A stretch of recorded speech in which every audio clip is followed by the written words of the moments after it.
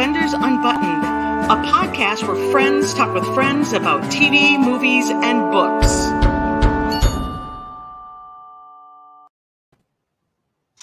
Hi, welcome to Suspenders Unbuttoned podcast.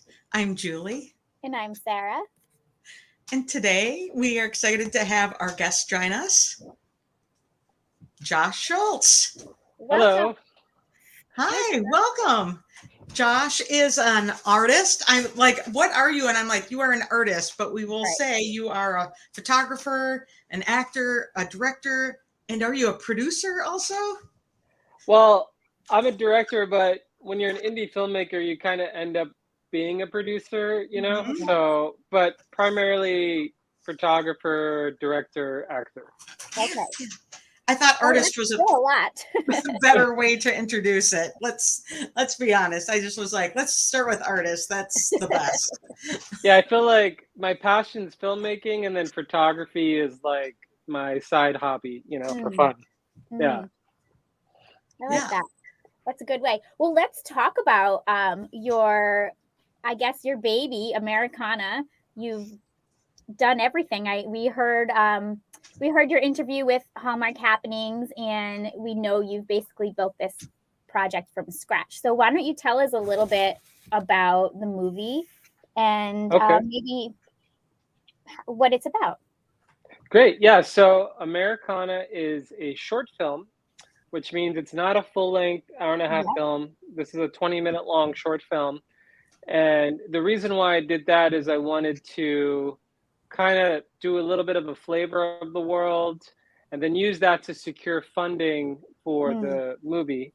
So this is what's called a neo-Western. And a neo-Western just means a modern-day Western. So like Yellowstone is a neo-Western, or Sicario. And so the story it takes place in the desert. It's about a character named Jack, who's a military vet who is dealing with great loss. And the co-star is an American Indian or indigenous who is from the reservation, and she's a social worker. So she has to deal with, you know, families and kids and situations like that. And she is running into a problem where kids are disappearing.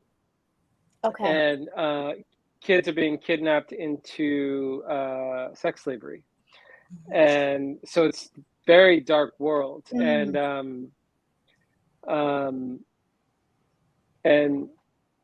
June is her name, and Jack's characters end up kind of like lives getting intertwined, and they in the movie they go on this great adventure, but in the film, it's what I wanted to do in the short film is in a way make an anti-sex trafficking film, but I didn't want to do it in the normal big grand adventure spectacle. I wanted it to just be some real people in a grounded real life story, and watching what they go through.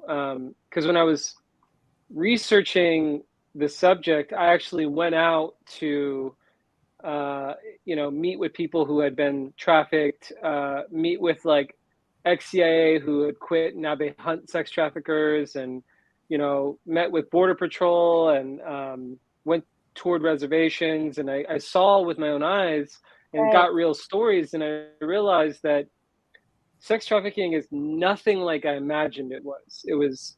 It's so much different. Like I always assumed that sex trafficking was cartels or Eastern European or somewhere else, but what I found was a lot of things were being done to Americans by Americans.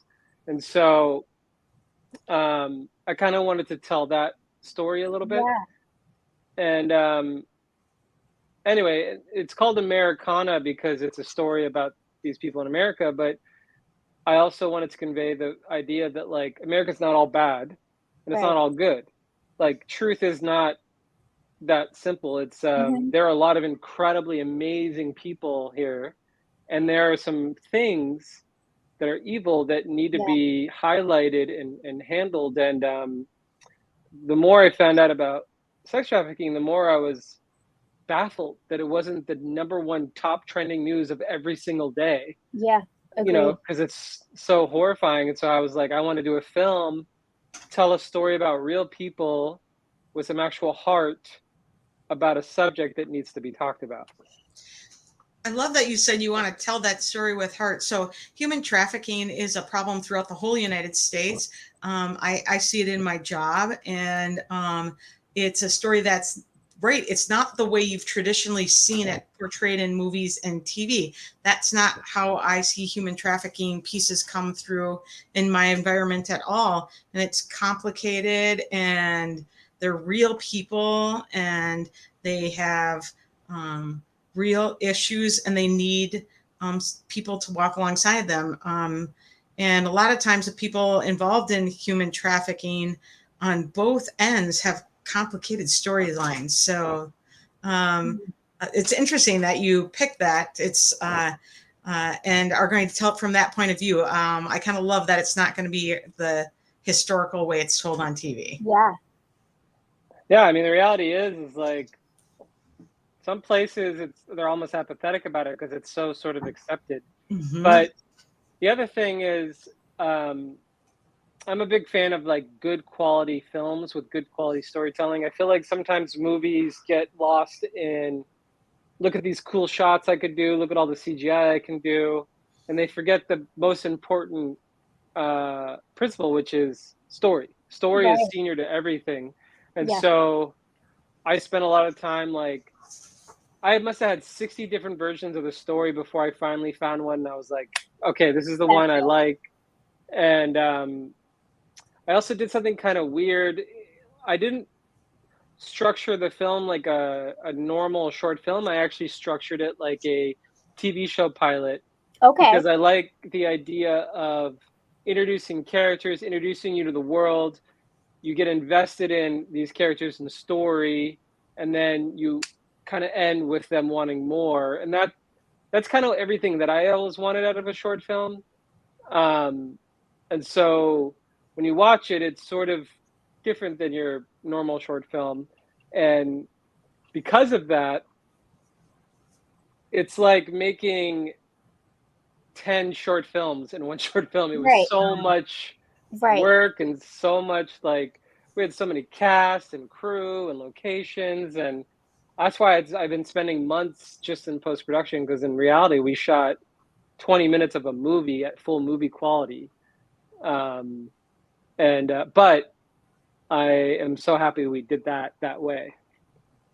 Gosh, I feel like I have so many questions. Right. So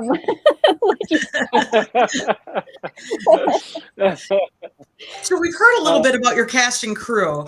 Can you tell us about some of the people that you have coming in to work on this film? Because I feel like you have some amazing talent working on this short, and I would guess the hope is that you'll move forward to a feature film. Yeah, I mean, we are so blessed to have such a great, like, for example, as we're talking right now, there's a guy in LA who won 2 Academy Awards for music, who is currently writing the music for the short film and recording it with live musicians. Wow. We have a sound guy in Florida who's won 7 Emmys, who's currently doing all the sound for the film. And then the guy who colored the movie Boyhood is right now coloring the film. And my mind is like, so blown away. Can you give us these people's names, or are they going to be kept not known until the movie's out? Yeah, so David Campbell is the composer. He won an Oscar for Brokeback Mountain. Yes. Sound design, his name is Buck Snow.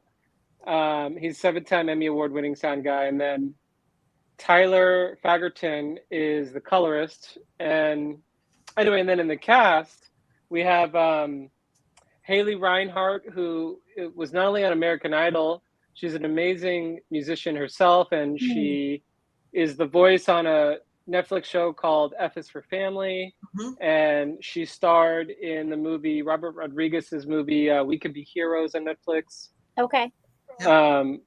And she plays a girl named Sue who runs the motorcycle bar. And I kind of had fun with this. I wanted to make a motorcycle Western bar that's only run by women.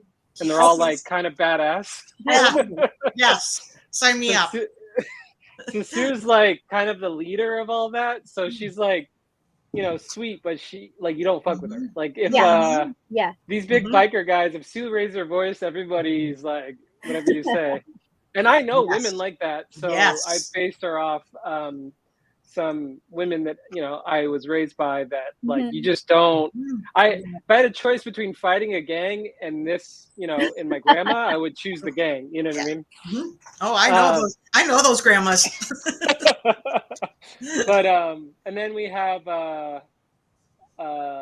we have one of our sheriffs is actually my producing partner. His name is Zach Sudfeld. He played for the NFL. He played for the Patriots with Tom Brady. Pats, my home team.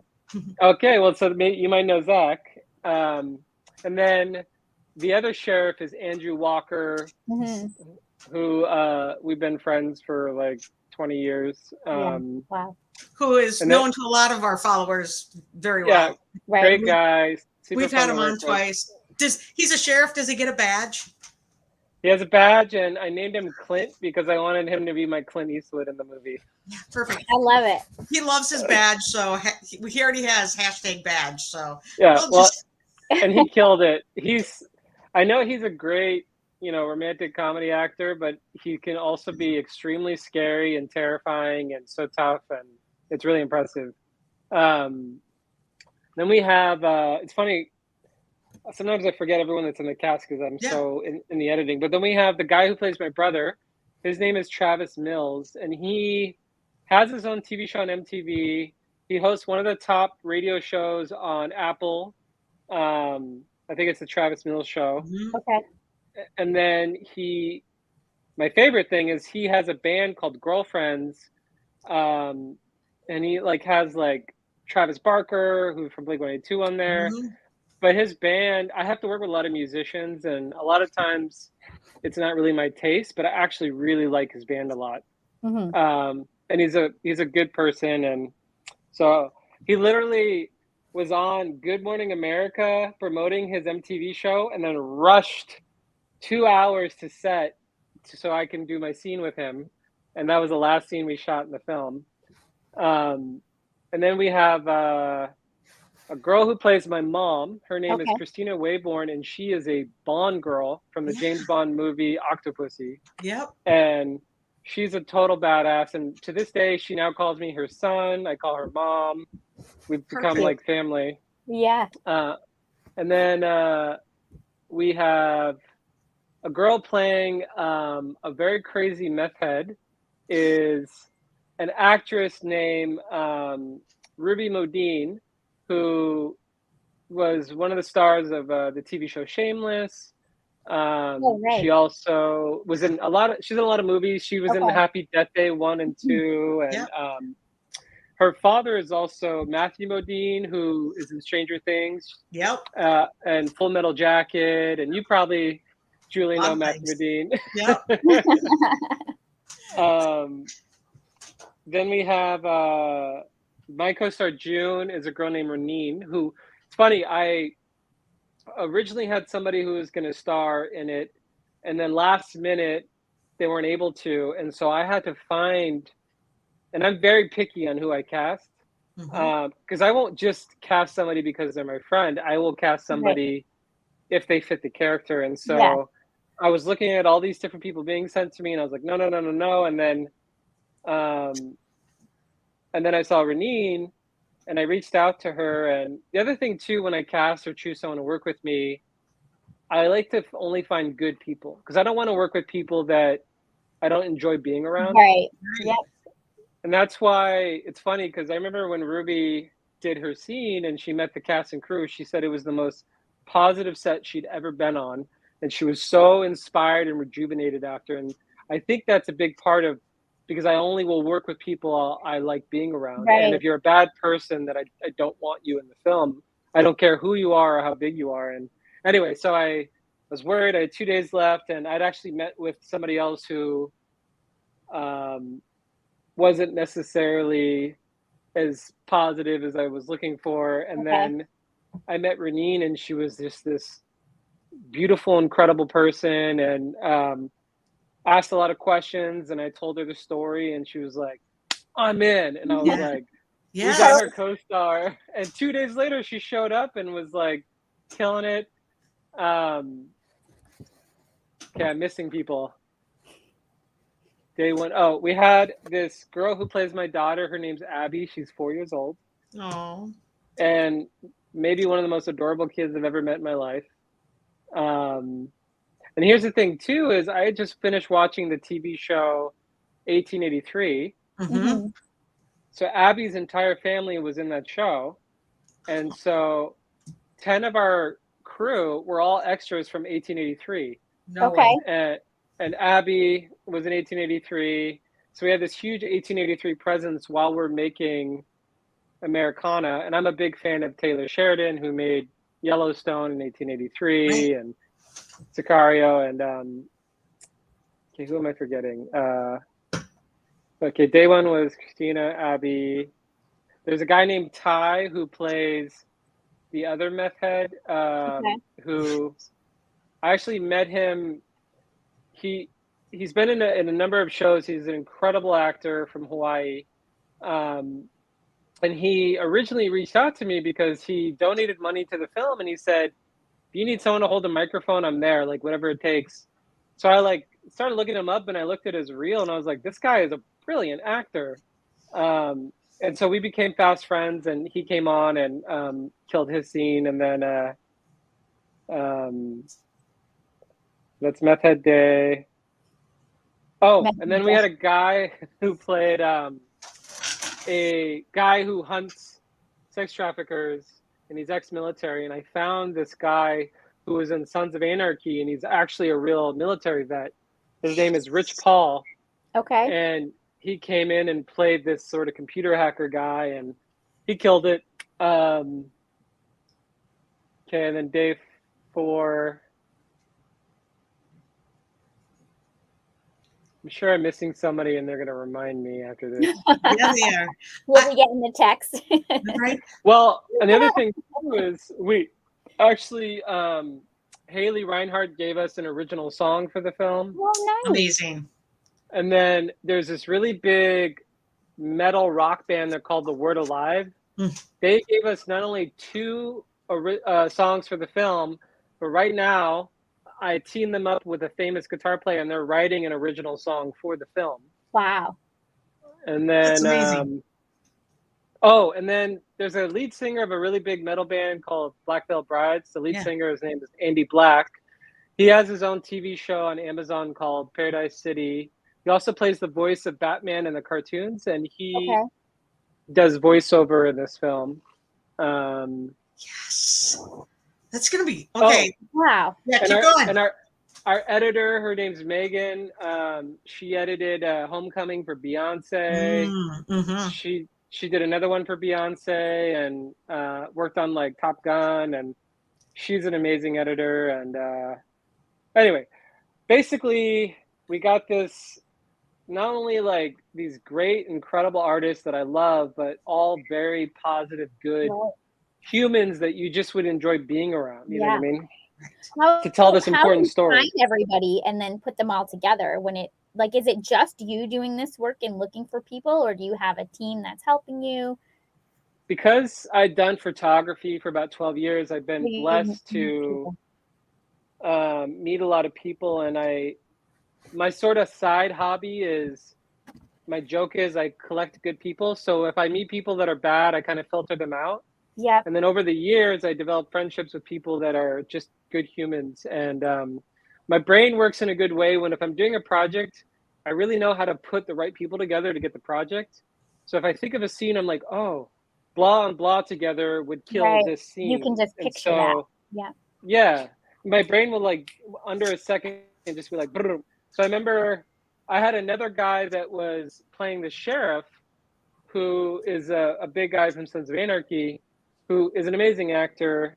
And he booked a John Travolta movie, and he was really bummed that he couldn't be in it. And but he's such a positive, good person. But as soon as he was out, I was like, who would be a great sheriff? And I thought of Andrew, and I was like, I feel like Andrew would be really great like, I want to see him do something totally different and opposite. Yeah. And Yeah. so I called him, and he was like, yes, like excited. And I also I like to only work with people that approach it with enthusiasm. Like if somebody's like, maybe, I don't know, then I don't want them to on the project. Yeah. But if they're Well, you like, want got somebody a that's going to burning say, desire- I'll hold the mic for you, right? Like, Right. that's what you Yeah. want. Yeah. Yeah. So Yeah. Andrew went above and beyond, and like even while he was waiting for his scene, he like saw we needed lunch, so he went back and cooked tacos for the whole cast and crew, and was like a bubbly, happy person the whole Yeah. time. And so anyway, yeah, that was kind of like the set dynamic. And then since then, I'm jealous because they've all been having lives, and I've been locked in a dark room editing for months, slowly going crazy. Your talent depth is incredible, and the Right. experience they bring into the film. I mean, that's going to show on screen. We're going to see that quality come through and everything. You can see it in the trailer already. Right.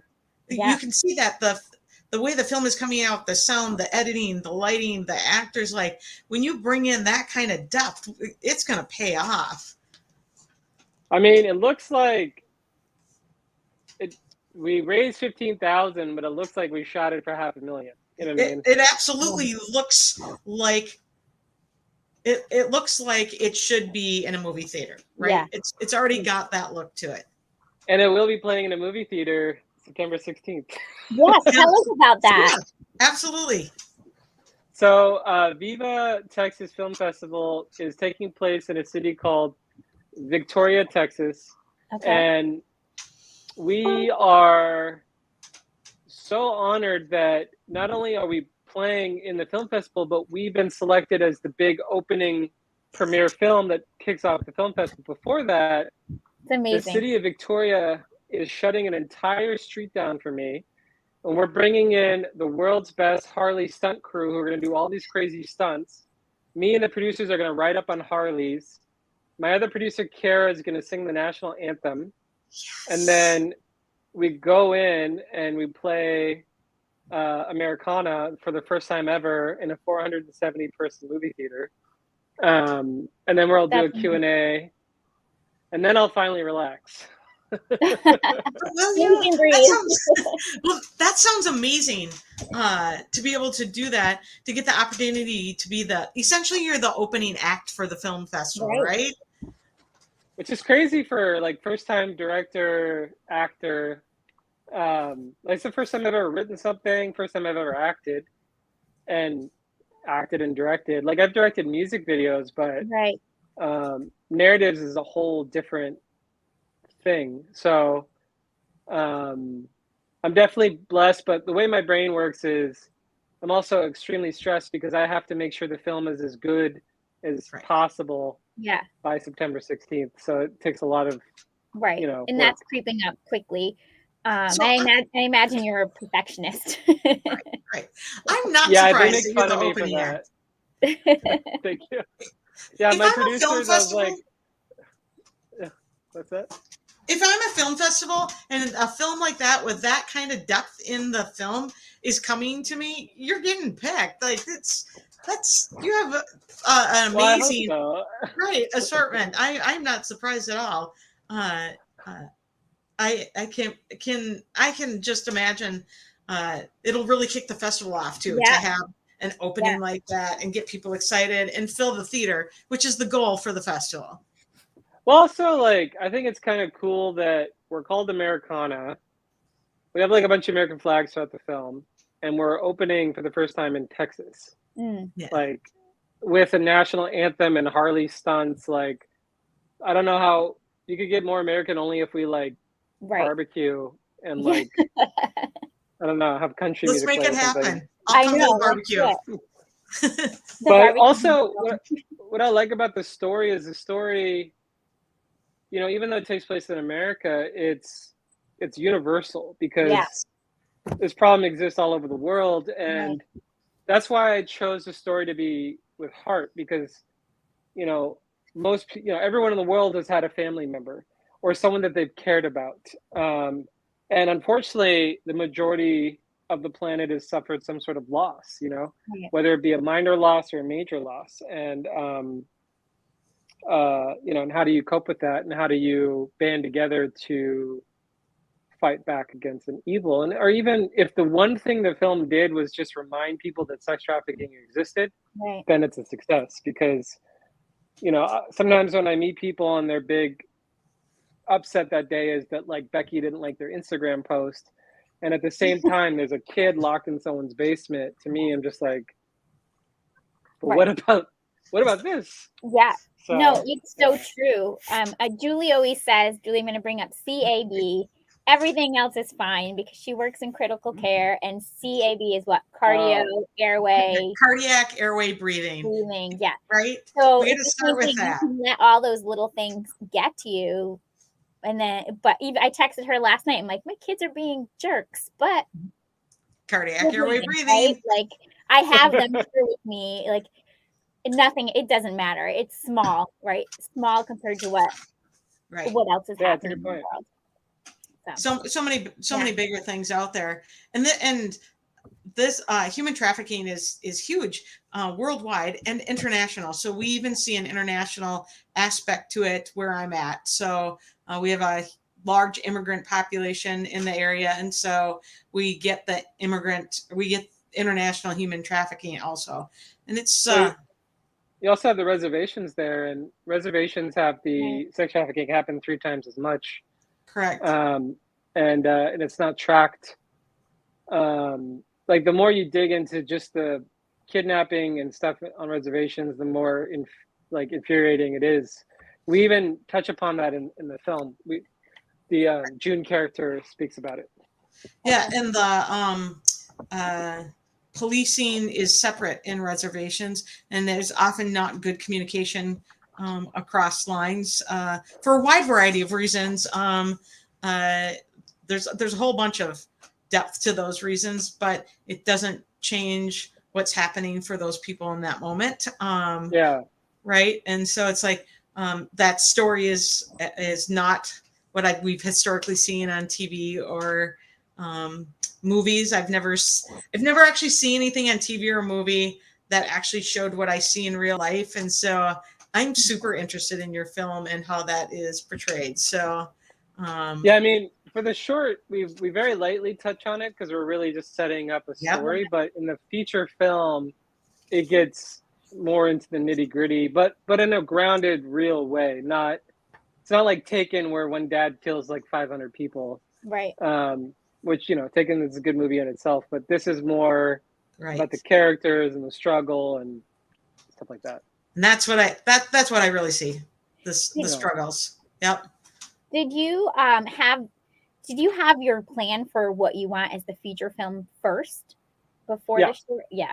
Because of the way you wrote the short being like a but originally I wrote the movie, and then I was working on getting that put together and getting funded, and then there was lots of back and forth, and I finally was like, I want to make a short to get funding, but part of the reason I want to make a short too is I want to make the mistakes in the short, test the story out, and I'm happy I did, because as I was editing, I was like, I need to rewrite the movie because this scene won't work.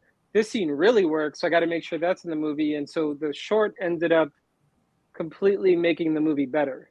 So now I'm rewriting the movie, and as a director, I mean, I went from, it was my first time acting and directing, and so now I have confidence that I can make a full movie. Because I was really forced in editing. You're really forced to look at your mistakes over and over again, because you're editing a scene over and over and over and over. And then by the time you're done as a director, you've learned so much valuable. It's great. I was watching this interview the other day with Quentin Tarantino, and he was talking about the first feature film he made and how it was this passion project, and he put all this money into it, and he shot it on film, and the whole thing was a total garbage, and it ended up becoming guitar picks. He turned the film into guitar picks. And but he said it was the best film school he ever could have done. It turned him into a great director, and it was cheaper than film school. And I get that now. Like now doing the short film, I'm like, okay, I know how to make a movie now. Right.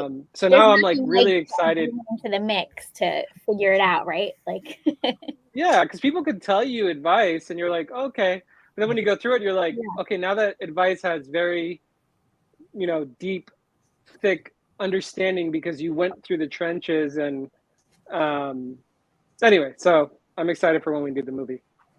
Also, you're willing to critique yourself and make your own changes and make your own edits. You're always changing, correcting your direction. People who aren't willing to do that to themselves and hear what other people have to say, they're never going to grow. And so you're completely open to correcting yourself. That's going to make you better always. Well, there's this interview this person showed me a long time ago, which I really love, because as a photographer, sometimes I'll mentor kids and I'll meet these Instagram kids who, take a couple of pictures and they blow up on the internet. And now they think they know everything about photography and their photography technically is terrible. I don't like to tell an artist that they're terrible because I think everybody needs to, art is subjective. But I believe, anyway, the interview talks about the phenomena of learning, and it says, the less you know about the subject, the more you think you know. yeah, The more you learn about a subject, the more you realize how little you know. And so as a filmmaker, the more I'm getting involved, the more I'm like, there is so much. Same with photography. Like I am like, I know so much about film, so many things about cameras. I've done 1,000 photo shoots and I feel like I barely know anything. But when I first started, I was like, yeah, I know all, you know what I mean? Because I could turn on and off a camera. So I work with students and residents all the time, and one of the sayings I say a lot is they don't know enough yet to ask questions. So you don't have enough foundation to go, oh my gosh, what about these 30 things, right?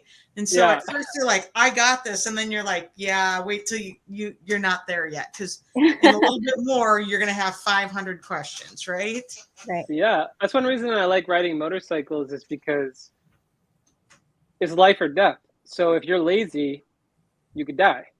So it forces you to learn something and learn gradients and practice. And my favorite thing about riding motorcycles is, in a world with screens and phones, it's a constant introversion. It's constantly pushing you into your head. But when you ride a motorcycle, you have to be present and out of your head, or you can die. So you go on a 2-mile ride or 2-hour ride, you come back and you're totally out of your head happy because you've been forced to be objective for so long. And so I never thought about that. Yeah. Yeah, and that's why people, I think, can get addicted to motorcycle rides, because whatever problems they have in their life, they get taken out. But when I learned motorcycle riding, I approached it the same way I approached art. I learned the basics. I didn't try to go too fast at first. I made sure I understood the limits of the bike and, how fast I could brake and accelerate. And then I started really riding, Right. Wow. And the same with movie making. Yeah. Started really writing. That's super exciting. So once again, where is Americana going to be aired at? Viva Texas Film Festival, September 16th at 7 p.m. That's in Victoria, Texas. And then it'll be going out to other film festivals for people that can't make it. And then eventually it'll be on my YouTube channel. Yeah, that'll be spectacular. Did you have a favorite part that you liked about creating the film? Favorite thing about the film? Well, my favorite part was when we were filming it, because you have like this whole village of people there and everyone's on the same purpose. It's funny because when we wrapped, like 10 people I know felt kind of like down.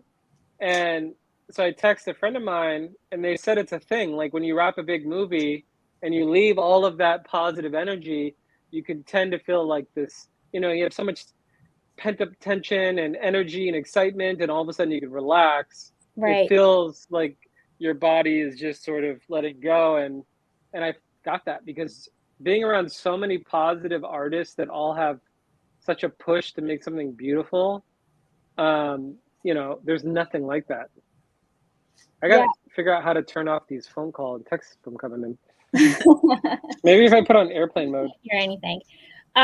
We were talking to Cindy Busby last night, and she made the same comment about one of her movies, like when she leaves, it just feels like you're sad because you've just been around these amazing people. You all have a goal and you're all bringing your A game, and the energy is so great.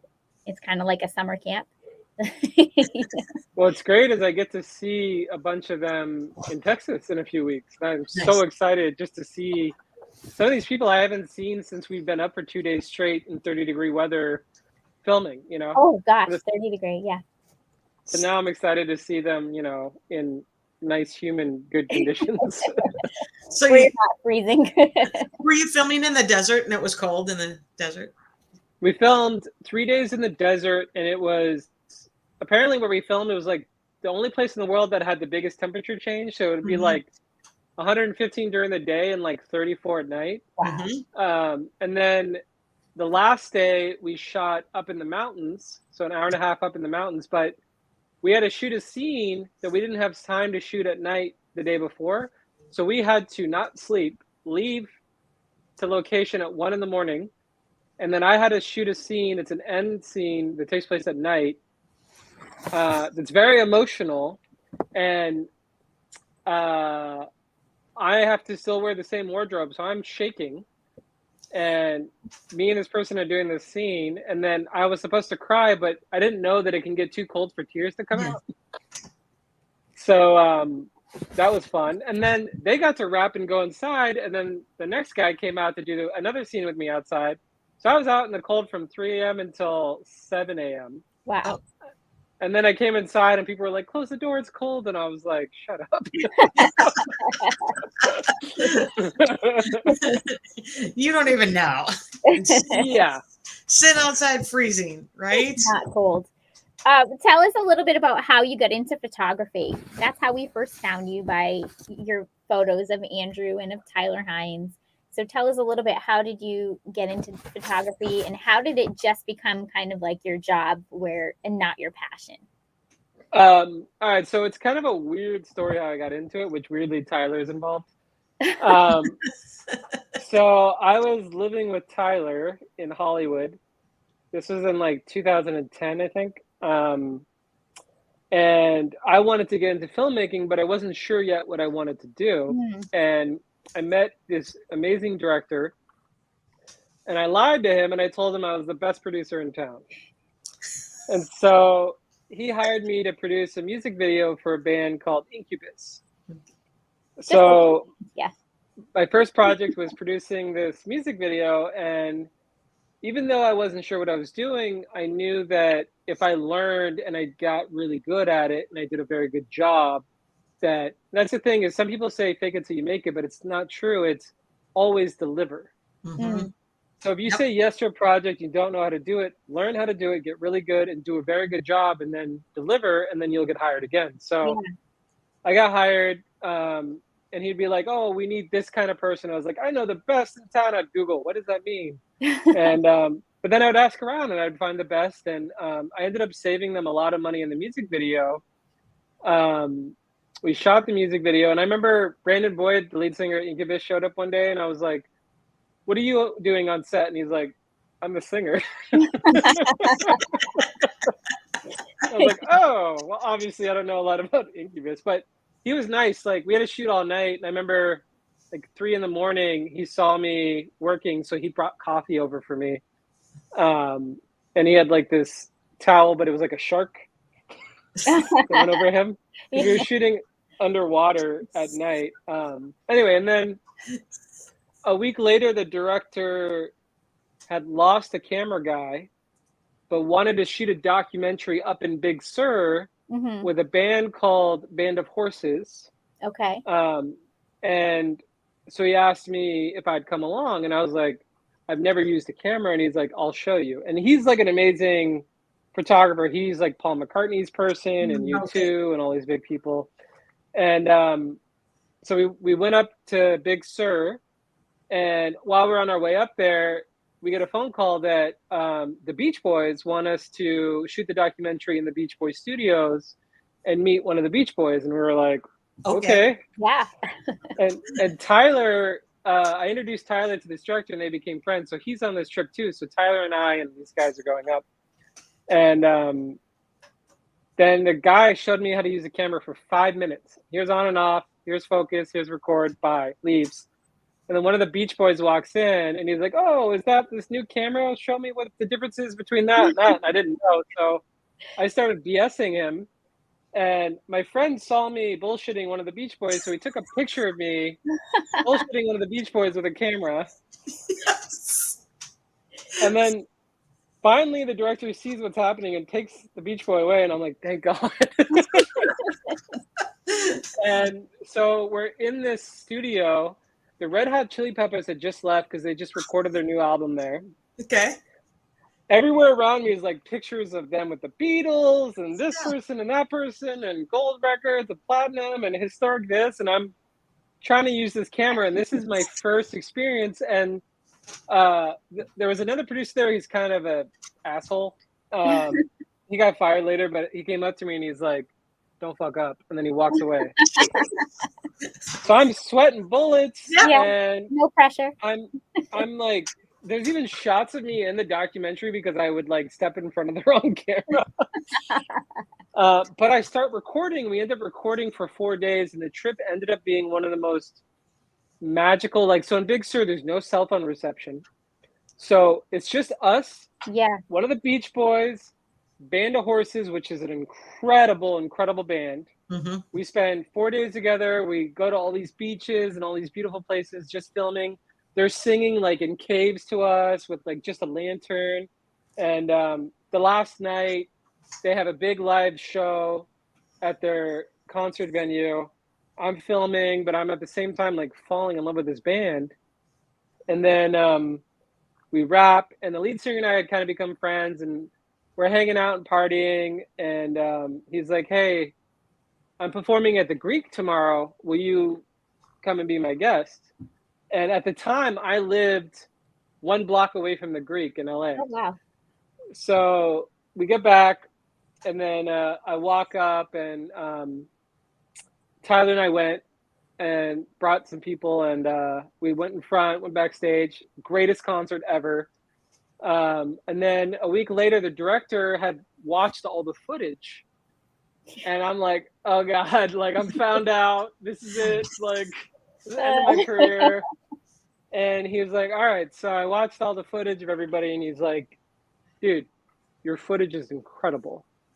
He's like, you don't know technically what to do, but you have the eye. You have something that can't be taught. Like, your instincts are so great. Yeah. You should pursue photography. And I was like, all right. So then I didn't have a camera, but Tyler had just bought a camera. And I was living with him, and I was like, "Can I borrow your camera?" I was dating a girl at the time that was a model. And so she was like, "Oh, you're a photographer? Will you shoot me?" And I was like, "Sure." So we went up to the observatory and we did this photo shoot. And the best part was I didn't know a lot of technical stuff. So I made a lot of mistakes that accidentally made the photos look really cool. Yeah. Gave you a style. Gave you a style, right?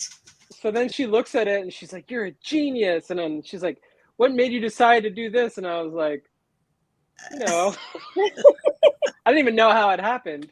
Now I know how it happened, but I'm not going to explain it because it's all technical. But I posted it on Facebook, and then I booked like 45 paid shoots off that. And Nice. I just kept doing the thing where I'd say yes to anything that was asked. Then I'd go learn how to do it, practice it, get good at it, and then show up and shoot and deliver a good product. Wow. And I did that for so many photo shoots that eventually I knew so much. And then I got into film, and I started learning about, like a lot of the cameras I use are from like 1960, 1963, and you have to do everything. You can't, there's no screen. And I started learning about what all the different film stocks are and what the lenses do. And at that time I was doing that, I got into music video directing. And I was lucky, the first music video I made went viral. And then I did a lot of like, normal ones. And then I had like 7 after that go #1 in the world. And then I quit because because I realized I wanted to make movies. And at the Okay. time, I had gotten very unhealthy. I was about 300 pounds. And had come up with the idea for Americana in November of 2019. And I decided I wanted to play the main character. And so I quit my job. I fired all my clients. I went and got a trainer. I started learning about food. And I started researching filmmaking and script writing. And I started traveling around the country. I lost 130 pounds. Wow. And It's crazy. Had all of this research for the film. And then we finally shot it in April. And now we're almost done. But for me, this is me wrapping a project that started November 2018. Yeah. And now it's going to play in theaters in September 2022 in Texas. So to me, it's like, like crazy. Yeah, like, I can imagine your whole life has been revolving around this. Yeah, all I've wanted to do since I was a little kid is make movies. And after I did the short film, this is why I moved to Florida. I did the short film and I was like, this is all I want to do is make movies. I don't want to do anything else. Like, I do photography because I'm madly in love with it and I get an itch and I'll go make art. Yeah. And I do fine art because like, that's my other, you know, art, that's different. Like I like the adventure. I love creating these beautiful landscapes or shots of people that I would want to hang in a house or a museum.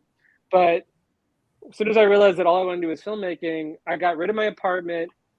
And then I drove across America and I met with different movie people across America on my way to Florida. And then I just hunkered down and just went full time into only working on this film and writing the movie and, you know, planning all of my movie stuff. But yeah, anyway, that was my, I guess, whole life of art right there for you. It's a fantastic story because it's really you building all the pieces, the foundation to become a movie maker, to become that person who's making high quality movies. You learned high quality things along the way. I find this incredibly fascinating. Yeah, it's so interesting. So you also shoot with a lot of you said old cameras, but really some classic cameras. How did you start picking up cameras, high quality classic cameras, and using them? So the first camera I got is, you're probably familiar with it. It's the 1960s Hasselblad, like the one they used to shoot the moon landing. And a lot of stuff I do is also secretly for movie making. So like I used to be on the board of directors for an orchestra. They're called the California Philharmonic Orchestra. And we used to put on these big shows. And I did it so I can spend time with live orchestras to learn about movie scoring.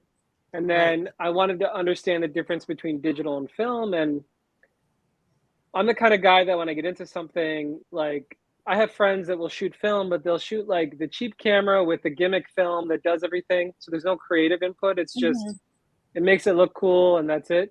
But I wanted to understand everything about film so I can, as an artist, have more control over my voice. And when I was doing landscapes, I realized that 35 millimeter film wasn't good enough. It was just too grainy. There wasn't enough detail. So I started studying medium format film photography, and that's what the Hasselblad is. It's a medium format film camera. You get so much more information. It's like shooting IMAX movies like on a camera. You just get, and when you shoot these huge landscapes, you want all this detail and you know, colors. And so I tested all these different film stocks and scanning, and I found the best quality way to do it and the best quality way to print it. So I can make true fine art, because I didn't want to make, you know, shoddy fine art that sold for a few bucks. I wanted to make stuff you sell for $10,000 that, you know, when I die is now worth millions because the value of it goes up as you sell. And the 1% of the people that do fine art, you have to approach it different. You have to shoot it a special way and you have to print it a special way. And I interviewed friends that were fine artists. Like I have a friend who's a fine artist who makes like $5 million a year selling prints, but his prints sell for like 150 grand a print. Yeah. And it's just its own science. Anyway, so I learned all that, which made me a much better director, because now I started understanding when I wanted to shoot digital and when I wanted to use film. not just because it's a preference, but because it affects the color aesthetic tone of that film. You know, like to me, I believe as a photographer, not every situation requires film, but there are situations that are much better with film and situations that are okay with digital. But now that I understand that, it gives me more control. So I first started with the Hasselblad, and then I got the Bug. So then I bought a bunch more film cameras. I have like 20 over there. And uh, and they all have different purposes, like different lenses. Like if I'm shooting a rock band, I will use a different lens and a different camera with a different film stock for that band than I would if I shot a pop band or if I shot a sunrise, you know? Yeah. I love that. I love that. It's going to give you a different look. Speaking of rock bands, I mean, one of the things that you put up on your Instagram that you shot Imagine Dragons, and then that was published in Rolling Stone magazine. How'd you get that gig? That was a funny story. So I was pretty new to photography. And Imagine Dragons was just kind of blowing up. Yeah. So I got a phone call, hey, would you shoot Imagine Dragons? And I was like, yeah. So I like found a location, and at the time I didn't own a camera. So I met somebody I had a friend at Canon who agreed to lend me a camera. And I didn't have any money for gas, so I borrowed $20 for gas. And I show up to this location where I'd gotten a free studio, catered for free hair and makeup. And I went and picked up the band in like my shitty car. And we drive to West Hollywood. We had a great time. They were really great guys. We did this photo shoot. And the lead singer and I really started like bonding. His name's Dan. And did the photos. And then we drove back to the Hollywood Palladium, and I pulled up to the Palladium, and all the fans are outside, but they're all on their phones. So I was taking pictures of the lead singer hanging out the window and not one fan noticing him because they're all on their phone. And then we drove into the parking lot, and Dan and I had started talking, and we had such a great conversation that he stayed in the car with me for like an hour, to the point where the label had to come out because he had a sold out show inside and pull him out of my car to go in and perform. And then, but it wasn't for Rolling Stone at this point. So then about a month later, I get a phone call from this girl, and she's like, hey, I'm the creative director of Rolling Stone. And I'm like, sure. Actually, I thought it was Tyler messing with me. You're who? I said some dumb things, and then she was not amused. And then she's like, no, I'm seriously the creative director of Rolling Stone. And I called the label. I asked who's the best photographer, did the best shoots, and they said you. Can you please send me the photos, and would it be okay to publish it in Rolling Stone? And then I went into like pretend like this happens all the time. So I was like, yeah, that would be fine. Let me just check my my emails, and then hung up, and I was like, what? And then the next day I get a phone call from Us Weekly, and they're like, we're doing a special magazine on Pretty Little Liars, and I had just shot Shay Mitchell, who I didn't even know who she was. I literally was driving in West Hollywood, and my friend said, come to my shop. I want you to take pictures of my friend. So I'm hanging out with Shay, and I'm like, so what do you do? And she's like, you know, I do a lot of stuff. I'm on a show called Pretty Little Liars. And I was like, that's a weird name for a show. Like, Pretty so popular. And I was like, cool, whatever. So then the US Weekly called, and then anyway, long story short, I forget about it a month later, and a friend of mine calls me screaming, and on the newsstand next to each other is Rolling Stone, Us Weekly, both with full page photos with my name. And she took a picture, and all across the US. So I was having friends all over like is this you in Rolling Stone? And then my career took off after that. So I went from borrowing gas money just to get there to I started shooting all these bands, and I kept delivering. I kept working hard to try to give them their best photo shoot. That's always my thing is I never want to be comfortable. When I'm doing a shoot, I always try to make it my greatest shoot I've ever done. Yeah. And or the greatest shoot that person's ever done. Yeah. And then I also try to make people leave happier than they come. So a lot of it is trying to like bring them up and inspire them and then get that performance. And anyway, so that was Rolling Stone. And then the label had me shoot Imagine Dragons a few more times. And then I was shooting like, actually, I don't remember who I shot. But you're working, that you're getting contacted to work and you're not borrowing gas money anymore. Yeah, I mean, it's cool sometimes. Like right now, I have a bunch of photos in Hot Topic. So sometimes when I'm in the mall, I'll walk into Hot Topic and. Gosh, is Hot Topic still in the mall? Oh, for sure. Yeah. I have not been to the mall in so long. Yeah, there's and I in believe Florida, Mall of America like the too. Beach and the mall, yeah. The beach and the mall.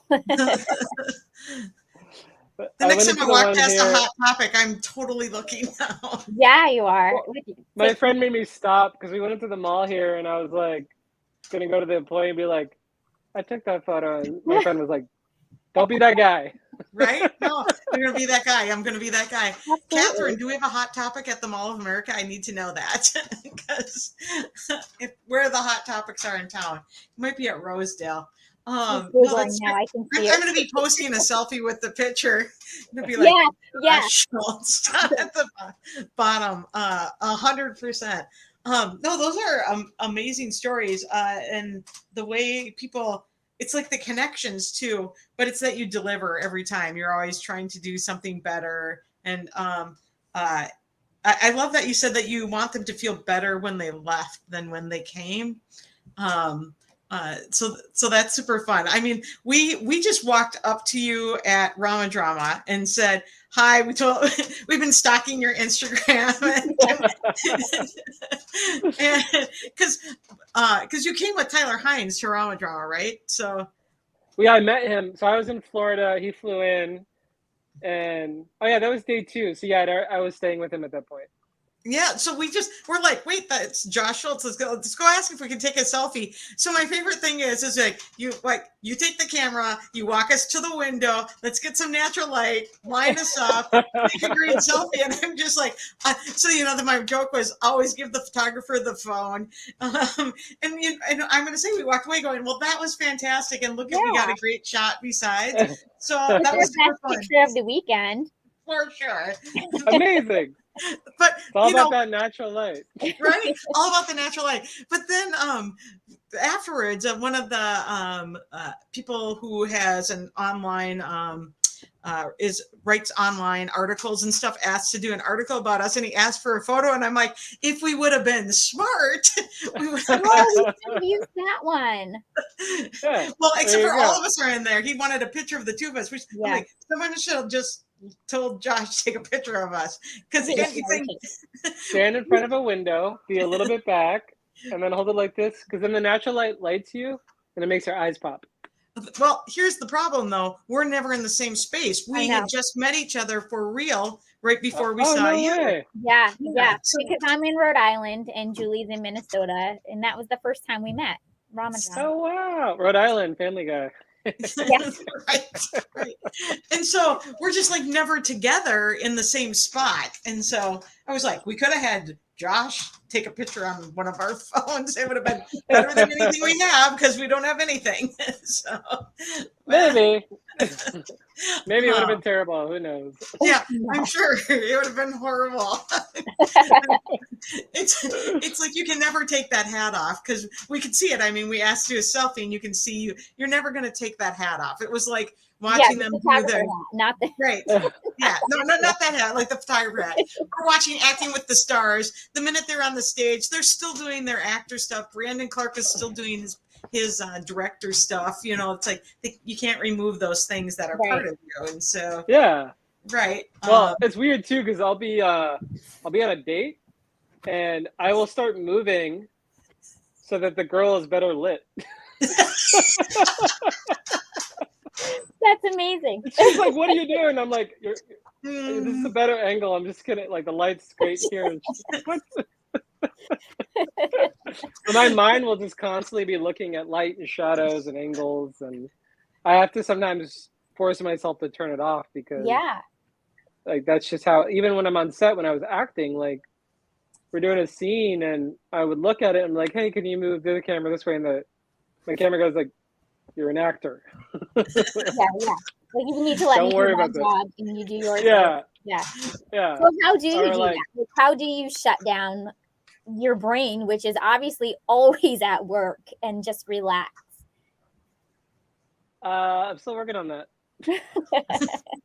I'm part of being in Florida is I'm trying to learn how to relax because I've been working nonstop for so many years that even when I went to the beach today and I've been doing these walks every day. Part of my workout routine, I do 6-mile walks.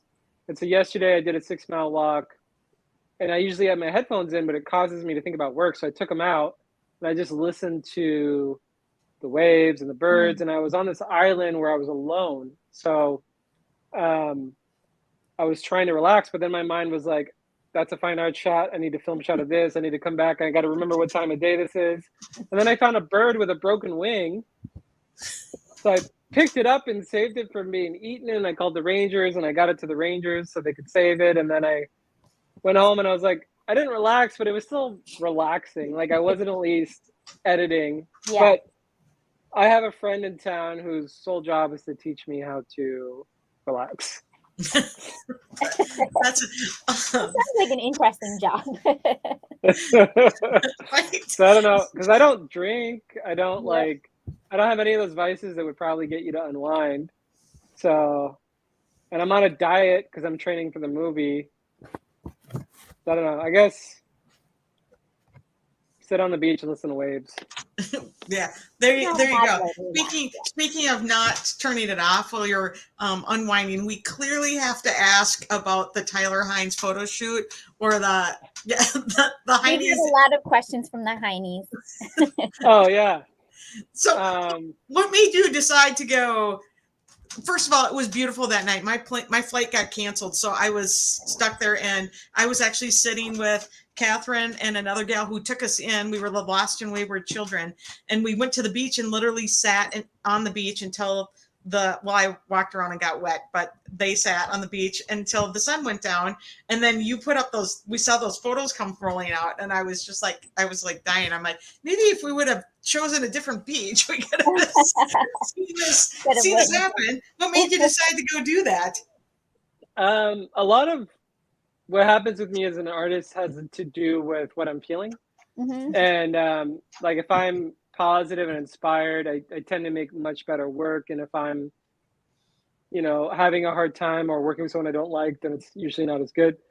But Tyler and I have been pursuing our careers and working very hard. And we have kind of a brother language between each other where sometimes in this world of art where you kind of have to wear your hat all the time, we can be very vulnerable and very open with each other.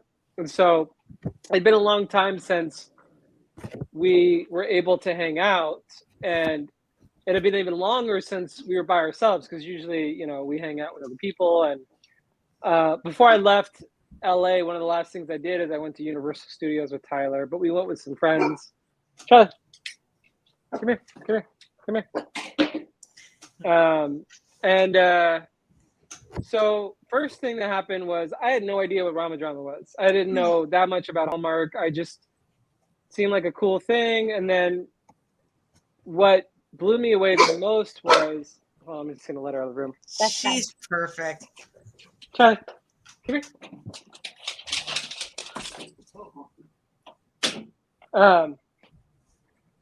here.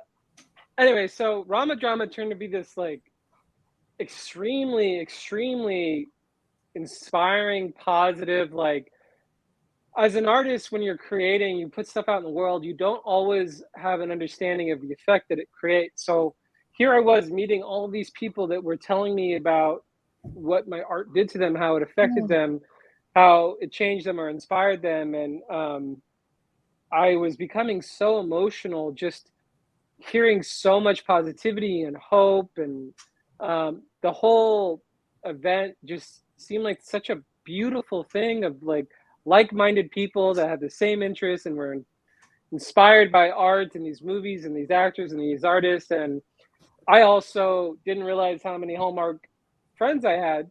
And I started running into other people that I was friends with that were in Hallmark movies. And so I was catching up. And then when we were done, Tyler and I would go back to our hotel and we would talk about life and my film. I showed him clips and, we really got in depth. And that first night we went on the beach at night and we went swimming and we just sat on the beach, not talking for a while, just listening to the waves and the thunder off in the distance. And then the next day, another beautiful event.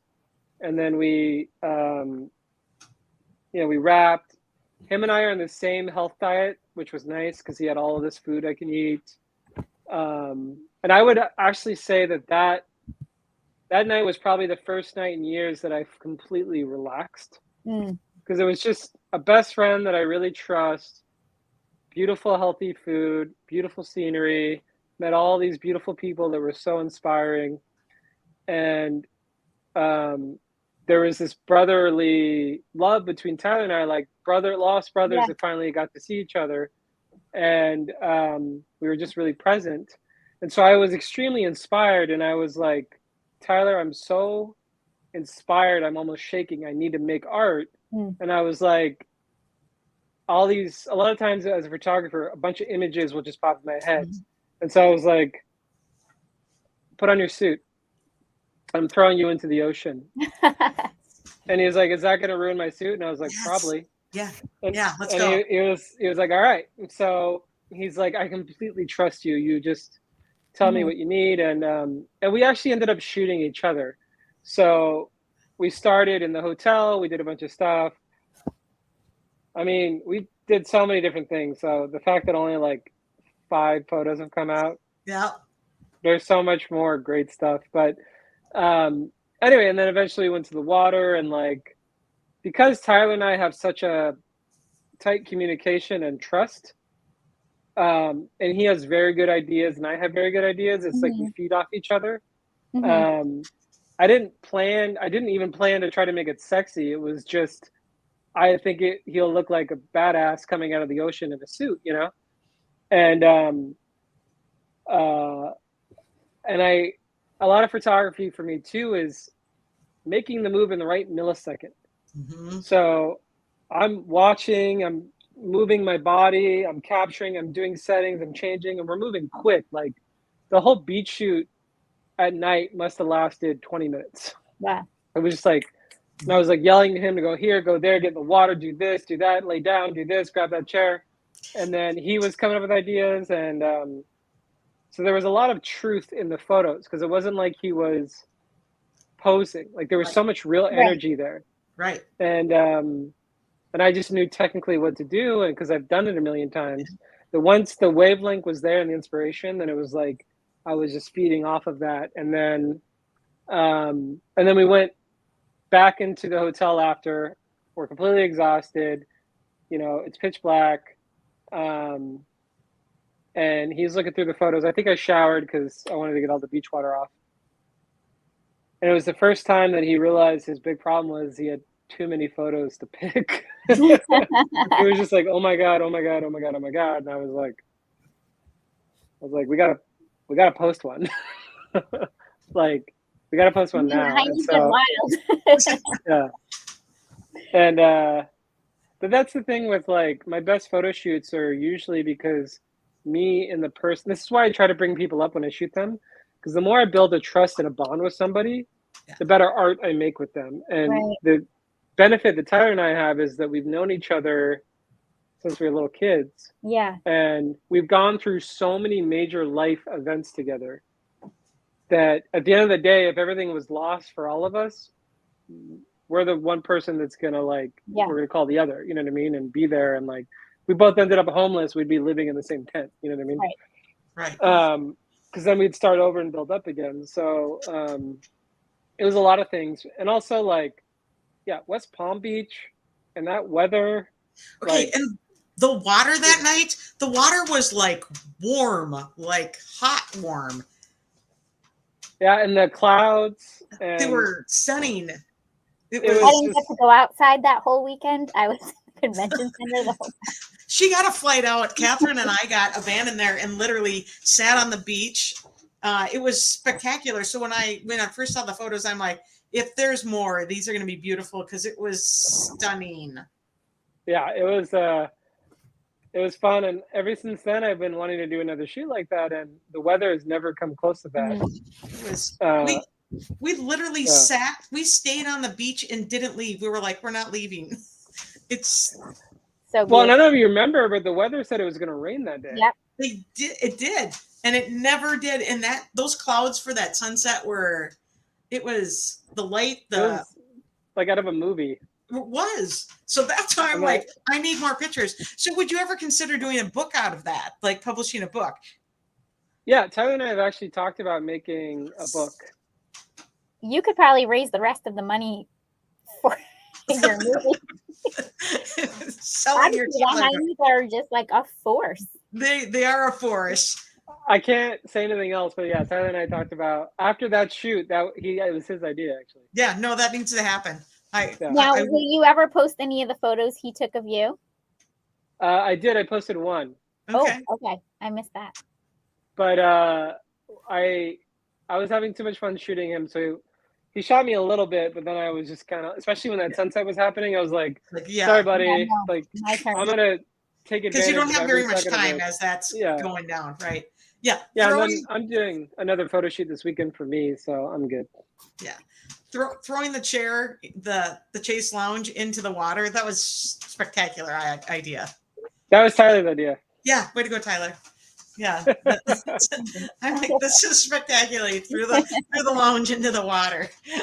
It was great because we had our own, there was nobody on the beach for days. Like we had our basically own private beach. Wow. I feel like the beaches are always crowded here, so I can't imagine even at night going to the beach and not having anybody around. Yeah, I mean, it's really crowded, but not Jersey Shore crowded. But right, we were even at like a very public beach. We were not at a cool house. We were not like cool like that, and there was no one around even there. And we're just taking pictures, being silly. I was wandering through the ocean. I love to walk in the water, so. I'm like, as soon as I heard you guys were taking pictures, took pictures, I was like, those are going to be spectacular. So I'm waiting for more pictures because my pictures aren't that good. Andrew says in the comments that the Heinies would definitely fund all your movies. Well, we need $10 million, so buy 10 million, I guess. I think we can make that. Make that happen. They can make that happen. The Heinies will make that happen. No, that was amazing. So that was the first time you'd ever been to an event like that, like Rama Drama. That was actually the first for us too. It was made spectacular. Me really fall in love with the whole Hallmark family, like the passion. And what I love about your family is how positive you got, like so much positivity and inspiration and love. Like that's so beautiful. It's true. And I think that's probably why we ended up starting a podcast, because like this was never in our plan at all, right? Like we didn't plan this. It was one of those things that just happened. But we kind of fell in love with the community and all the people involved that we've had on our podcast too. I mean, everybody is just so true. Like they're not fake. They're just really lovely people in it. You can just tell it shines through. So I hear what you're saying. In my experience, I've gone to a lot of events in LA. I've done all the LA stuff, the Oscar parties. Yeah. I remember I was talking to the girl who runs Rama Drama, and she's like, "What'd you think of it?" And I was like, "This is the most positive loving event I've ever attended in my life. And I was in shock. And like everybody was like you guys already knew because you've been doing this. But I was like the new kid in school, and I was like, this is amazing. And I even looked at Tyler and I was like, dude, I get it. Like, I get why you're so in love with this. And he was like, yeah. He's like, you can't explain it, but there's so much just positivity and love and hope. And as an artist, you know, one of my secret goals is I want to help change the world. And so with some of my movies, we have powerful messages. And I think one of the reasons I've had a lot of success as an artist is because I really love people. And so it makes you, I think, a better photographer because you pull things out of people. But it's also gotten me in a lot of trouble because there are people in LA that take advantage of loving good people. And so I would have to kind of put up a wall to protect myself. And all of a sudden, I was in a room, not just with one good person, but all of these people just filled with love. And I really don't think you can explain it to people. I think people just have to experience it and be a part of the family to get it. You know what I mean? Yeah. Right. Yeah. You know, I had never been to a live event like this. And so we're certainly fans of most of these people. But I will tell you that I'm going to tell you my Tyler story is that the first night there was a premiere, and that was the first time I got to, you know, the Heinies are a force. And this was the first time I got to see him around with so many people after him.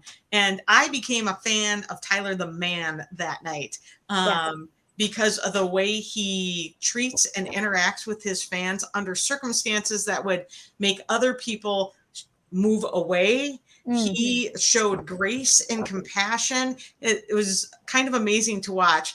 And we both were just like, okay, always a fan. We will never not be a fan because of the way he conducts himself as a man. And then once you saw it that one time, all weekend long, the whole entire weekend, like Well, I think it's because of him. He's truthful. He's authentic. He's real. Like that's what I love about Tyler. Since I've known him, he does what he wants. And so if he's doing something, it's because he really wants to do it.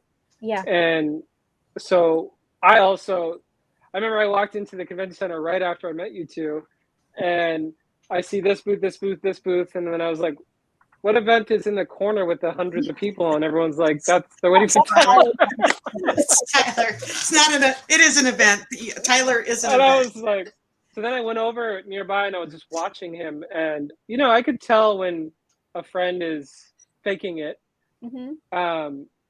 And he was so genuine. And I was like, it was so beautiful because what is better than making art and then being able to help other people? Like that to me is the greatest thing ever. Like one, if you get to create something that affects somebody's life in a great way, but then you also get to go and like help change lives. Like even if it's just, sometimes all somebody needs is to be acknowledged. Yeah. Absolutely. And that for some reason is a rare thing in today's world of disconnect, you know? But he has the biggest heart. And I mean, I know because when we first became friends, he extended his help to me. And, you know, we built up our friendship. And, you know, and like I said, my hobby is collecting good people into my life. And Tyler's definitely, that's why he's one of my best friends. And anyway, but yeah, the event blew me away. And, you know, so there's so many factors. I had my best friend. The weather is ridiculously beautiful. I just met all these incredibly beautiful people that inspired me. And then give me a camera and well, Tyler take a shirt off. Yeah, I love it. When that book comes out. let's do our game really quick because we've had you for so long. I feel like we could talk for hours. I know. I love this stuff. So it's like, this has been spectacular. You'll have to come back after your movie premiere and let us know. Oh, yeah. How everything went. Yeah. You guys should come to Texas. We should come to like in 2 weekends, right? Or no, a little longer than that. 3 weeks, yeah. Come to Texas. Let's go. That would be fun. All right, Julie, why don't you start? So we're gonna play a little game and favorite things. So movie, what's your favorite movie? Ooh, hoo, hoo, hoo. Warrior, Tom Hardy, Joel Edgerton, I don't Okay, know. good. Cool. How about or drink? Top Gun. Okay. Yeah. Favorite drink? Or just like a classic Top Gun, right? My favorite drink is one of two things. Because I'm such a health fanatic, water or a protein shake. Perfect. I have 2 protein shakes a day. Just All two. right. Favorite food, 1 healthy, 2 your guilty pleasure. Steak for healthy. Guilty pleasure, biggest, meatiest, juiciest burger. Yeah. Yum. I could do that. Barbecue sauce, everything. Everything on it. How about what is your favorite subject to photograph? You can be general, it doesn't have to be like a specific. Either musicians. That's hard because every day I wake up and I want something different. Like I want to shoot an actor, I want to shoot a model, I want to shoot a landscape. It depends on what I'm feeling, but I guess overall landscapes because of the whole adventure of it. Right. Okay. I like that. Actually, I changed that. Anything on film. Anything on film. Okay. All right. Way All to right. be around. Favorite restaurant. I cook all my meals, but if I'm gonna go out, Umami Burger in LA. Oh, that sounds delicious, actually. It's so good. What about a So state good. in the United States? I know you've spent a lot of time traveling. So of all the states I've gone to, I'd say that Colorado is my favorite for beauty. Mm. And then Texas. And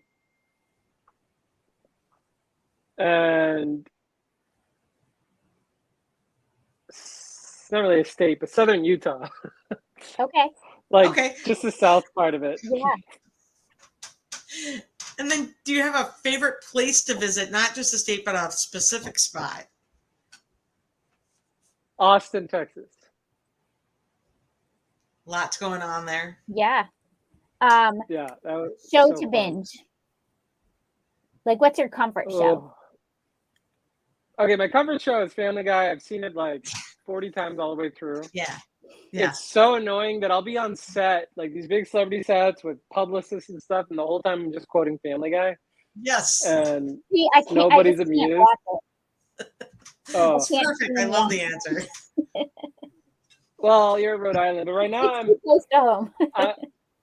right now I'm binging Better Call Saul. Better Call Saul. Okay. Yeah, I just started it though. Where's that? I've never heard of it. It's the Breaking Bad spinoff. Oh, okay.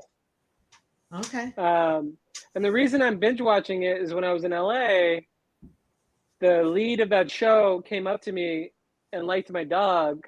And so we hung out and he played with my dog. And he was the sweetest guy. And then I was like, all right, I'll give a show a chance. Because you know him, now you watch the show. I love that. No. That's what's weird about my job is like watching shows with friends or people that I've shot. Like I was watching the new Chris Pratt TV show, Terminal List, and I'm like, that guy's in my short film. Hey, I know him. Yeah. Or I was researching horror films when I was writing a section of the script, and like 4 of the films that popped up in this like best horror films all starred Ruby, who was in the scene. Okay. It's perfect. I feel like horror's been coming up a lot on our podcast. Hasn't it? Yes, more people want to do horror. Yeah. I like one thing I respect about horror. It's one of the only genres where you really have to understand all the rules to master it. Where like drama and action and stuff, you can get away with not being as well trained, but horror, you really need to know the formula.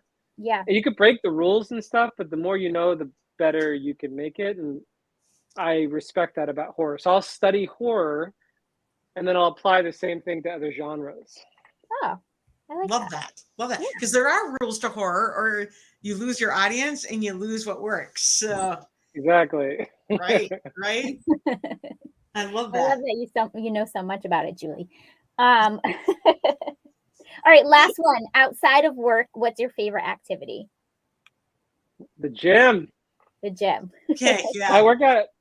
My workout is really my therapy. Like if I get a good workout in, I feel so happy all day. So in the beginning, I did it to lose weight and get healthy, and now it's like yesterday I got up at 5 a.m. and it's like I'm gonna go to the gym, and I went for 3 hours, and then I did a 6-mile walk, and I just felt so happy. And so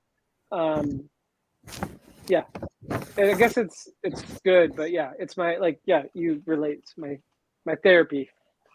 Love that. Yeah, Love absolutely. that. There's nothing like a good workout, even because you never want to. For me, I never want to do it, but then you always just feel so much better when you just do it. Oh, especially if I'm like frustrated or angry, and then I go to the gym and I just leave like the happiest guy in the world. Yeah. Awesome. Well, go ahead, Julie. Yeah, thanks for joining us. Joshua Shultz has a short film coming out. It'll air at the film festival in Texas, and the name of the festival again is Viva Texas Film Festival, September 16th at 7 p.m. And the film is Americana. And hang out with us here for a minute after we leave, and as Catherine pulls us back out to the back again, and we'll say goodbye to everyone. Bye, everybody. Thanks for watching.